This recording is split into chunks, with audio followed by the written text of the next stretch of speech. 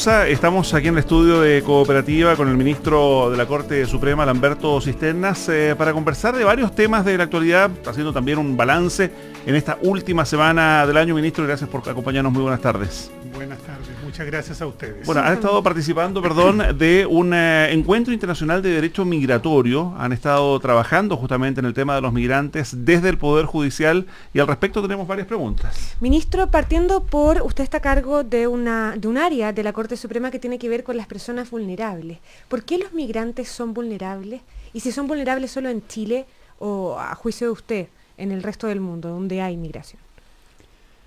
Parto contándole el inicio del asunto. Hay una serie de documentos emanados de las cumbres de las Cortes Supremas de Poderes Judiciales de Iberoamérica que tratan del acceso a la justicia de las personas vulnerables. Entonces yo estoy encargado de difundir al interior del Poder Judicial y al exterior también estos documentos. Entonces, tratando de cumplir este objetivo, hemos hecho varios seminarios a través de Chile y concluimos las actividades del presente año 2016 con un seminario sobre derecho migratorio. Y los migrantes son vulnerables tal como lo son las niñas, niños y adolescentes, las mujeres maltratadas, las personas discapacitadas o los integrantes de pueblos originarios, porque evidentemente están en condición desmedrada frente a la justicia. Estamos en este momento hablando del acceso a la justicia. No conocen los protocolos, muchas veces no tienen el mismo idioma, no saben cómo funciona el sistema, no conocen la legislación, entonces realmente no tienen trabajo. Además no tienen trabajo, andan corriendo detrás del colegio para los niños, muchos etcétera. No tienen RUT. Exacto, entonces todo eso los plantea o los coloca en una situación bastante deficitaria en relación con los demás y por eso es que se trata de favorecer el acceso a la justicia de ellos, ya sea instalando personas, ¿no es cierto?, que puedan conocer mejor su idioma, ya sea colocando una adecuada señalética, adecuando los horarios, etcétera, de manera tal de facilitar realmente el acceso a la justicia y superar esa vulnerabilidad. Ahora, desde el Poder Judicial, ¿cómo están viendo lo que está ocurriendo en estos días con los migrantes? Porque revisaba una declaración suya donde decía, textual, que estamos invadidos. Claro, y eso yo creo que basta asomarse a la calle y a algunos sectores de la capital o de algunas ciudades y uno se encuentra realmente con muchas personas que son de otros países, sea o no de un color distinto a los nuestros, al chileno típico, digamos, y eso le permite comprobar de que tenemos esto que yo llamo invadido, ciertamente en sentido figurado.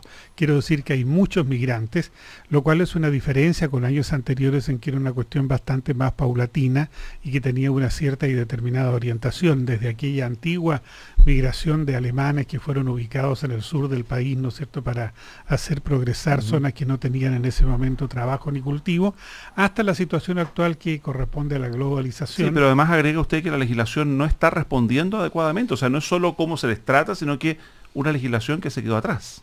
Por cierto, eso es una cosa que yo creo que todos compartimos y compartimos también el hecho de que no hemos estado suficientemente acelerados para colocar al día la legislación.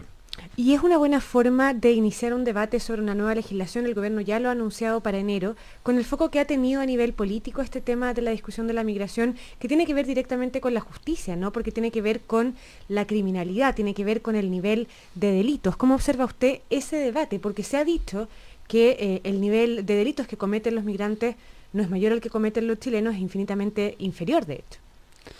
Bueno, ha sido para nosotros, no sé si lamentable o no coincidencia, pero ha sido una coincidencia. Este seminario de Derecho Migratorio está programado hace bastantes meses para realizarse a fines del año. Y ha coincidido con estas declaraciones y estas cuestiones de orden político. Ahora, a mí me parece que en la realidad los migrantes no delinquen más que los nacionales. De hecho, no estamos superando más allá del 1,5% y las personas que están recluidas, privadas de libertad, no es más allá del 2% los que son migrantes o incluso que son extranjeros, con lo cual digo que hay que hacer una diferencia simplemente entre extranjeros y migrantes. Entonces yo creo que el tema no es que ellos sean delincuentes o que sean delincuentes peligrosos sin desconocer que alguno puede venir, ¿no es cierto?, en esa condición y habrá que tomar las medidas del caso. Ahora, yo creo que Perdón, yo creo que hay que tener una visión integral y tomar medidas también en los distintos ámbitos, y este podrá ser uno de ellos. ¿Y cómo se enfrenta ese nivel de delito, aunque mínimo, desde el proceso penal? Porque son situaciones distintas. Usted hablaba el fin de semana de la expulsión, por ejemplo. ¿Qué pasa con los migrantes que cometen un delito, después salen, cumplen su castigo y son expulsados porque el decreto de expulsión sale en cualquier momento, tienen familia, tienen pareja, han encontrado trabajo eventualmente? Bueno, esa es una cuestión que hay que definir, y hay que definir en el sentido real de la expresión política, vale decir, la ley, que es lo que define este tipo de asuntos, es la expresión de la voluntad soberana, y eso es una decisión de orden político. O permitimos que los migrantes que han cometido delitos serios, que vale la pena la expulsión, sean expulsados de inmediato y nos olvidamos de la pena, compensamos una cosa con otra, o hacemos que cumplan la pena y se van entonces después de ese periodo asumiendo el riesgo de que entre tanto tengan pareja, tengan hijos, gocen de beneficios carcelarios, encuentren trabajo. Entonces ya expulsarlos a esa altura importa vulnerar algunas garantías y derechos consagrados en documentos internacionales. Ministro Lamberto Cisternas, pero usted bien ha visto que este no es solo un debate en Chile, ha sido un debate este mismo año por los refugiados en Europa, en el debate presidencial en Estados Unidos con los resultados que ya todos sabemos, y hay quienes sostienen acá y en esas otras latitudes que los migrantes a veces reciben un trato privilegiado, que le están quitando trabajo a los nacionales, que están obteniendo preferencias incluso por un trato distinto en tribunales. ¿Qué le responde a aquella gente que puede pensar de esa manera? Que es absolutamente lícito que así lo piensen, pero siempre que se dictan normas para balancear la situación de personas que están en condiciones de vulnerabilidad, puede darse el caso de que resulten más privilegiados que los otros. La idea es que no sea así en definitiva, pero algunos casos pueden darse sin lugar a dudas. Vale decir, si tenemos una persona vulnerable, esa persona a lo mejor puede obtener subsidios o beneficios del Estado, que no lo va a obtener aquel otro chileno o no chileno que no está catalogado como vulnerable y que tiene un trabajo estable pero con un ingreso modesto. Entonces va a decir, mire, en realidad no vale la pena trabajar porque este otro que no trabaja o que está en esta situación al final les tira la mano y tiene todos los beneficios del Estado. Pero ¿cuándo no corre riesgos? Siempre uno corre riesgos. Estamos conversando con el ministro de la Corte Suprema, Lamberto Cisternas, aquí en el estudio de Lo que queda del día en Cooperativa. Mencionábamos, ministro, que vamos a iniciar una ronda de entrevistas a modo de balance del fin de año. Y a propósito del seminario de la semana pasada que tiene que ver con migración, entiendo que también se toca el tema de los mapuches, del conflicto mapuche, a propósito de esa vulnerabilidad. Hay una... está en huelga de hambre una machi nuevamente que ha sido enviada a su casa con prisión domiciliaria, nuevamente con prisión preventiva. ¿Qué balance, qué conclusión se saca a propósito de eso? Francisca Linconao, perdón, se me había olvidado. El tema ahí, ¿no es cierto?, tiene dos aspectos. El primer aspecto, que es el acceso a la justicia de las personas que pertenecen, ¿no es cierto?, a pueblos originarios, que es lo que a mí me interesa en la cuestión de la que estoy a cargo, y que significa facilitar para todos ellos ese acceso. Pongo un ejemplo, cito un ejemplo, en uno de los seminarios que hicimos precisamente en una de las regiones del sur. Un juez contaba que las audiencias en su tribunal antes de las 10 de la mañana se caían, no se podían hacer. Empezó a averiguar y se dio cuenta que desde los poblados cercanos las micros llegaban recién a esa ciudad alrededor de las 10, 10 y cuarto. Entonces organizó todo el esquema para que sus audiencias fueran a partir de las 11, obtuvo de los funcionarios que prolongaran un poco, distribuyeran de manera distinta su jornada y las audiencias comenzaron a funcionar. Entonces, tenemos ahí una medida concreta de acceso a la justicia de quienes pertenecen a un tipo de pueblos que están alejados y que no tienen la posibilidad de llegar hasta el tribunal de inmediato. Ahora, los casos concretos de juicios que se están llevando adelante, donde están involucradas personas de pueblos originarios o de cualquier otro tipo, ya son cuestiones que tienen que solucionarse caso a caso de acuerdo al mérito del proceso. Y ya dirá el tribunal encargado por qué motivo tiene la prisión preventiva u otra medida cautelar decretada. Dentro de los grupos y personas vulnerables, ¿quiénes más vulnerables que los niños, ¿no?, que han sido noticia durante todo este año, particularmente por lo ocurrido en el Sename? Entendiendo que aquí hay una responsabilidad directa que la han reconocido por lo demás desde el Poder Ejecutivo y sus diferentes órganos, ¿qué cuota de responsabilidad o mea culpa, si es que corresponde, asumen desde el Poder Judicial en cómo se han tratado a esos niños? Desde los tribunales de familia, desde todos aquellos órganos que dependen de ustedes que tuvieron que revisar esta situación, que advertirla, que anticiparla y que no lo hicieron. Mire, la labor de los jueces de familia en ese sentido es una labor bastante acotada de acuerdo con la ley, pero en la práctica nosotros hemos ido más allá de lo que dice la ley, haciendo que se hagan más visitas, que se elaboren determinadas fichas de control. Ahora, eso es aún insuficiente. Nosotros no tenemos por ley la facultad de hacer este tipo de inspecciones, pero debería existir alguna fórmula para que esa inspección fuera más continua, más constante y sobre todo que existieran lugares a los cuales remitir a estos niños. Más lugares en primer lugar, porque en muchas ocasiones me han comentado a mí que tienen que destinarlos a otras comunas, a otros lugares, donde haya hogares, y hogares de mejor calidad. Entonces es un problema en que en realidad hay una parte de práctica y parte, digamos, de ejecución que está todavía en déficit. Y bien es probable que en algún caso algún juez de familia no haya tenido el cuidado suficiente, pero en general la estadística que nosotros manejamos nos dice que las visitas se hacen con regularidad y que se controla. Incluso en una cierta etapa, hace un poco tiempo atrás, fuimos más allá de lo que estrictamente dice la ley y eso ocasionó incluso algunos problemas de cuestionamientos a algunos altos magistrados.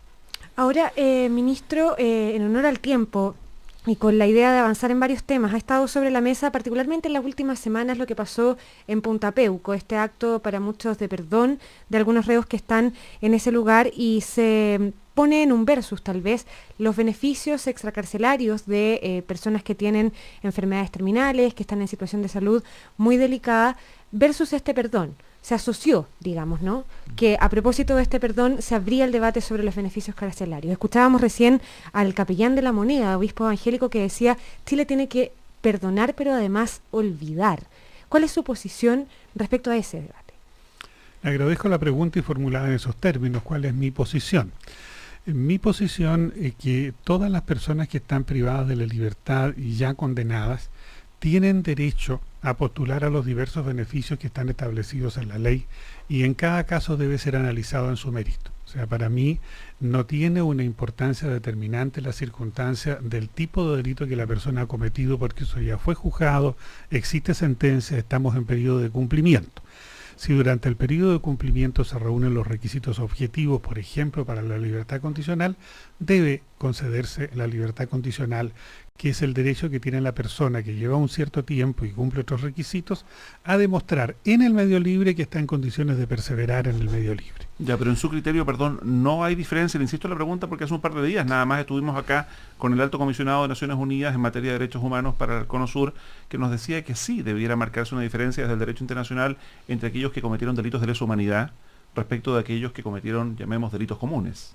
Es perfectamente posible establecer esa diferencia, pero esa diferencia tiene que hacerse en una definición política, y esa definición política es a través de la ley que expresa la voluntad soberana de la nación. Y mientras no lo haya, la ley tiene que aplicarse para todos. Ya, pero ¿es la edad un factor para beneficios extracarcelarios? Puede serlo. ¿Sí? Puede ser la edad, puede ser la enfermedad, puede ser otro tipo de situaciones. Todo esto es un conjunto de antecedentes que deben ser valorados previamente por la ley o pueden ser valorados caso a caso por los tribunales. Pero es que recordemos, por ejemplo, que la agenda corta ha subido para ciertos delitos el tiempo mínimo exigido para la libertad condicional, de la mitad del tiempo a los 2/3. Y aquí, ¿no es cierto?, se abren de nuevo las interpretaciones.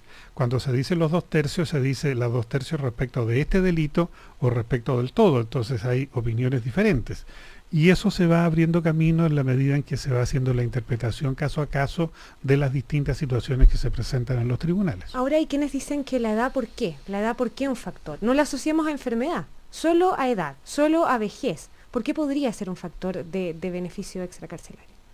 Simplemente porque en algún momento determinado se estima que cierta edad es suficiente para que las personas cumplan una labor, es suficiente para que no puedan hacer otras labores y por qué no podría ser suficiente para que egrese y se pase a un sistema de vigilancia. Independiente del tiempo de condena que hayan cumplido, del delito que hayan cometido. Nada es independiente de nada, todo va relacionado una cosa con otra. Entonces, nadie podría postular que se dijera, mire, a los 75 años, ¿no es cierto?, la persona ya no puede entrar a la cárcel si es que cometió el delito a los 74, sí, claro. Entonces sería un incentivo perverso. Que es el caso de muchos violadores a los derechos humanos que entraron tardíamente a la cárcel, que la justicia los juzgó, valga la redundancia, ya avanzada de edad. Por cierto, entonces ese es un caso diferente de aquel otro, ¿no es cierto?, que recibe la sanción prontamente.